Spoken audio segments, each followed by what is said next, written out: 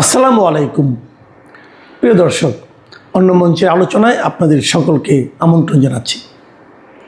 আজ আমাদের সঙ্গে আমন্ত্রিত অতিথি হিসেবে আছেন আসসালামু আলাইকুম। আমার বন্ধু মহাজাদু জানে, লাগাইয়া পিড়িতের ডুরি আলগা থাইকা টানে রে। আমার বন্ধু মহাজাদু জানে, জাদু জানে জানে রে। দারুণ না গানটা?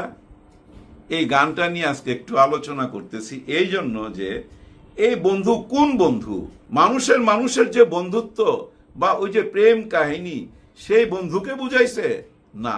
সাধক খরচ মিয়া কিন্তু এই গানটা লিখছে ওই উপরের দিকে তাকায়া, হ্যাঁ, মহাশক্তির দিকে তাকায়া। এটা একটা আধ্যাত্মিক গান। আমার বন্ধু মহাজাদু জানে, লাগাইয়া পিড়িতের ডুরি আলগা থেকে টানে রে। এটা কিন্তু পুরাই উপরওয়ালাকে বুঝাইছে, ওনার সাথে আত্মার প্রেমের কথা বুঝাইছে। ওই গানটাই হাবিব, আমাদের হাবিবকে আপনারা চিনেন, ফেরদৌস ওয়াহিদের ছেলে হাবিব ফেরদৌস ওই গানটা রিমিক্স করছে অনেক আগে, সুপার হিট।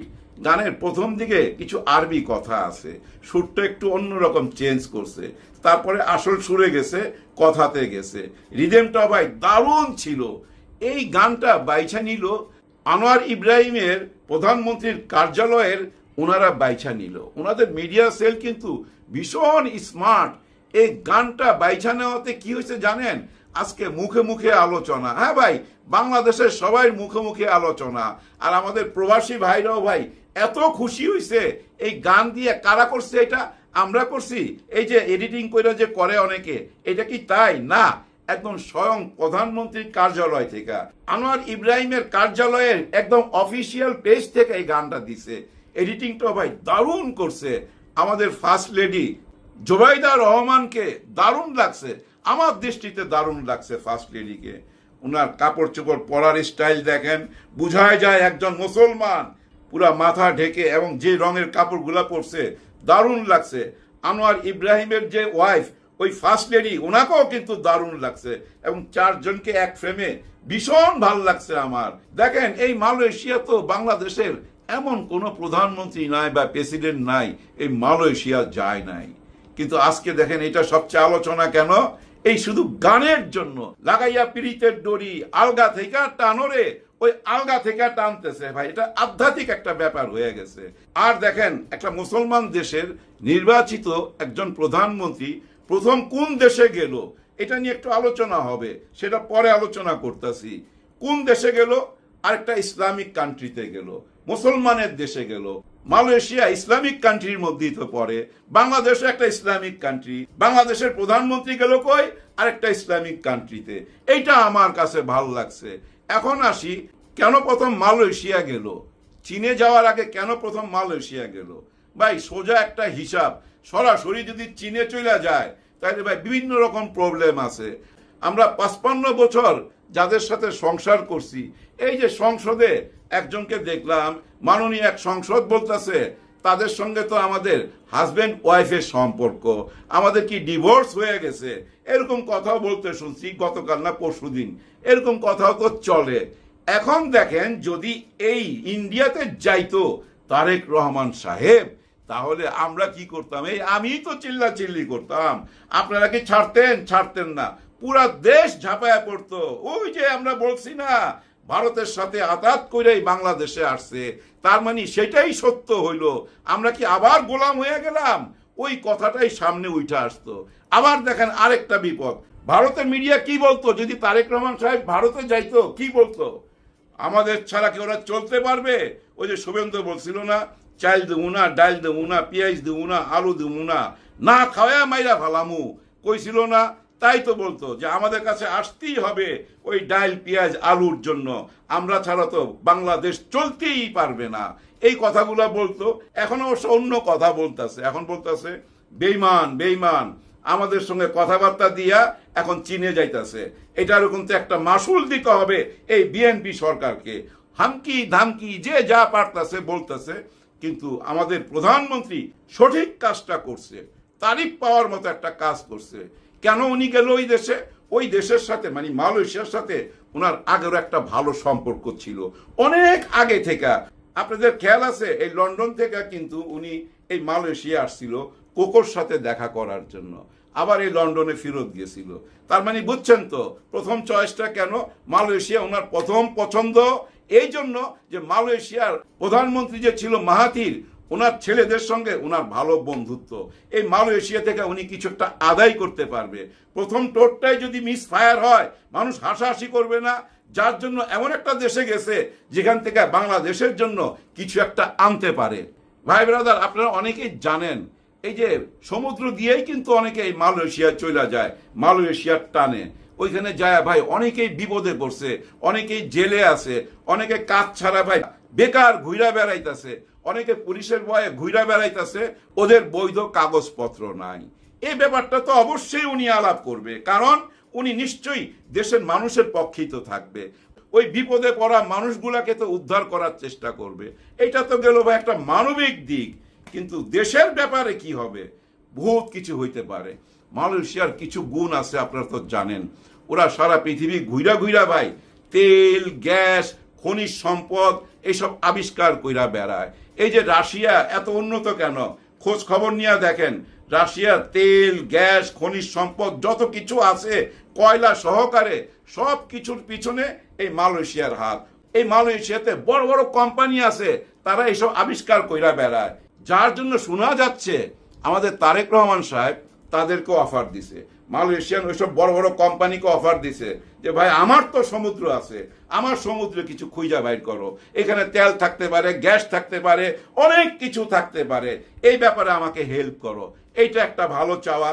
হ্যাঁ ভাই, আমাদের অভাব অনটন থাকবে না তো যে এই সমুদ্র ব্যবহার করি।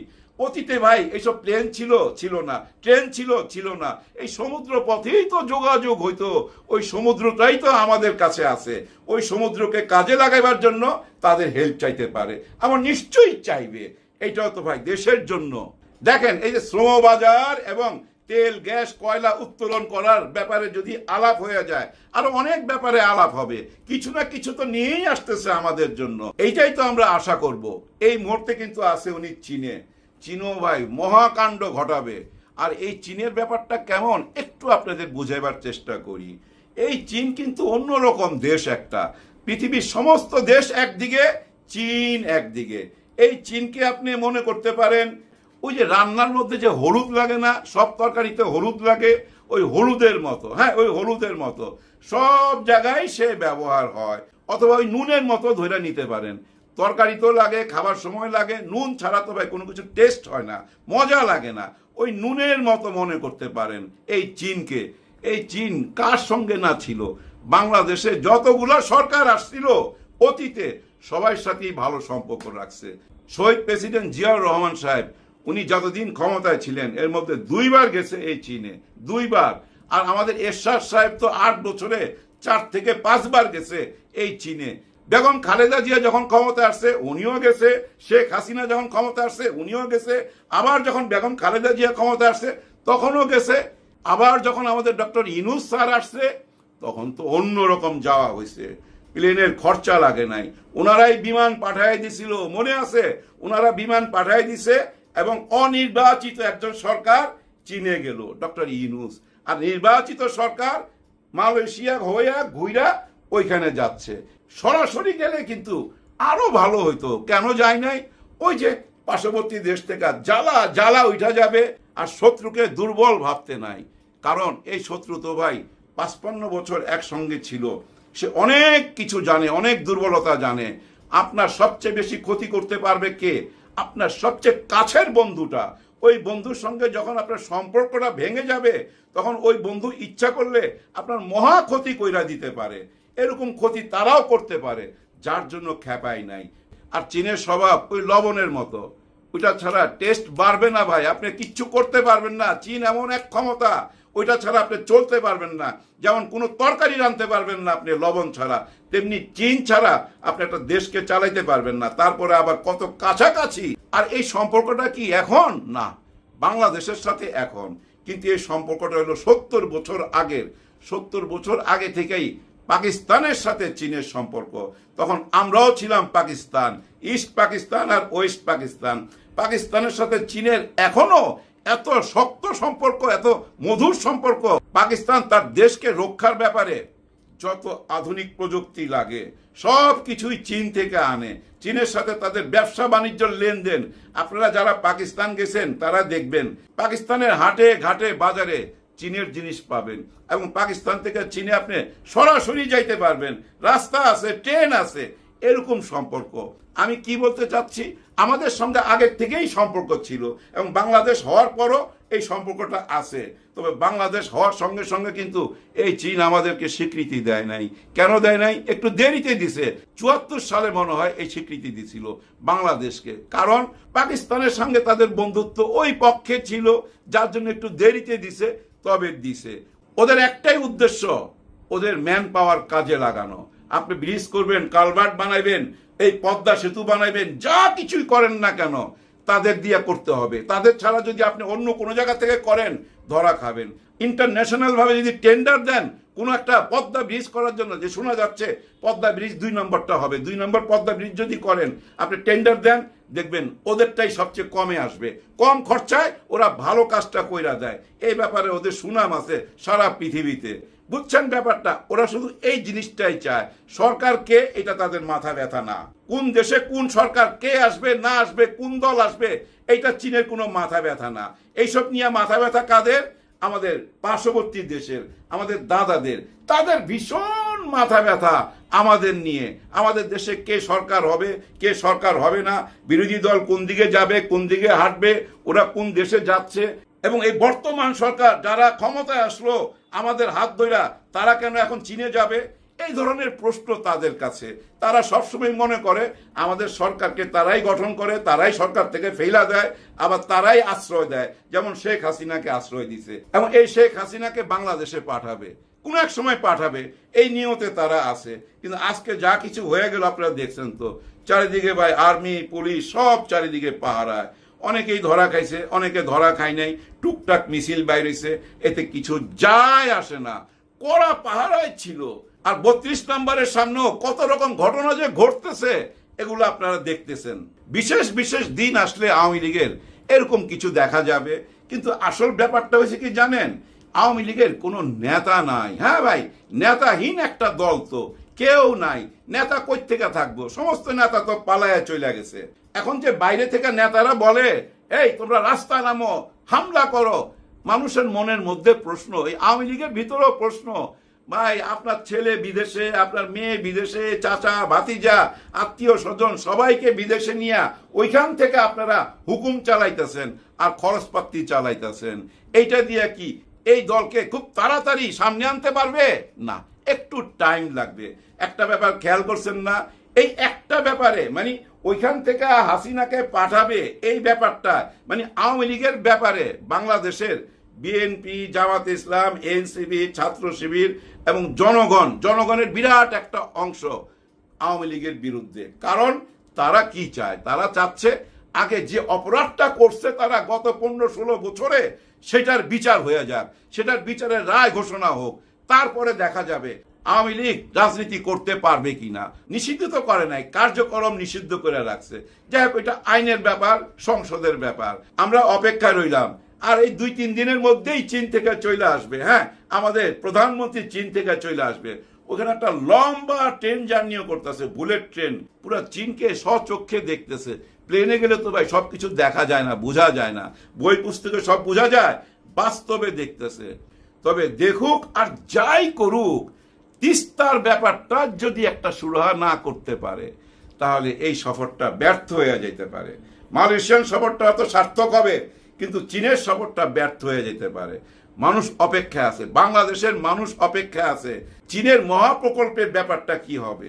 বাঁচার জন্য পানি লাগবে, আমাদের চাষাবাদের জন্য পানি লাগবে, সেই পানি তারা আটকায় রাখে। তাদের ইচ্ছা মতো ছাড়ে, ইচ্ছা মতো বন্ধ করে রাখে। তারা ইচ্ছা করলে আমাদের এখানে যে কোনো সময় বন্যায় ভাসায় দিতে পারে, এই পরিমাণ পানি আটকায় রাখে, আমাদের চাষাবাদ করতে দেয় না। আমরাও ভাই ওই পানি আটকায় রাখুম, আমরা একটা তিস্তা প্রকল্প বানাবো, আমাদের যেটুক প্রয়োজন পানির সেটুক পানি আমরা আটকায় রাখুম, আমাদের প্রয়োজন মতো আমরা ব্যবহার করুম। এই প্রকল্পটায় যদি হাত না দেয় তাহলে আমরা যেখানে ছিলাম ওইখানেই থাকবো, ওদের কাছে আমরা জিম্মি হয়ে থাকুন ভাই, জিম্মি হয়ে আসি গত 55 বছর, এখনো জিম্মি হয়ে থাকতে হবে। এটা সুরাহা করার জন্য 2 হাত বাড়ায় দিয়ে রাখছে এই চীন। টাকা পয়সা যা কিছু লাগে সবই দিবে। আমরা আজকে স্বাধীন, ওই স্বাধীন দেশে স্বাধীনভাবে বাঁচতে চাই। সবার জন্য সবাই দোয়া করবেন। আল্লাহ হাফেজ।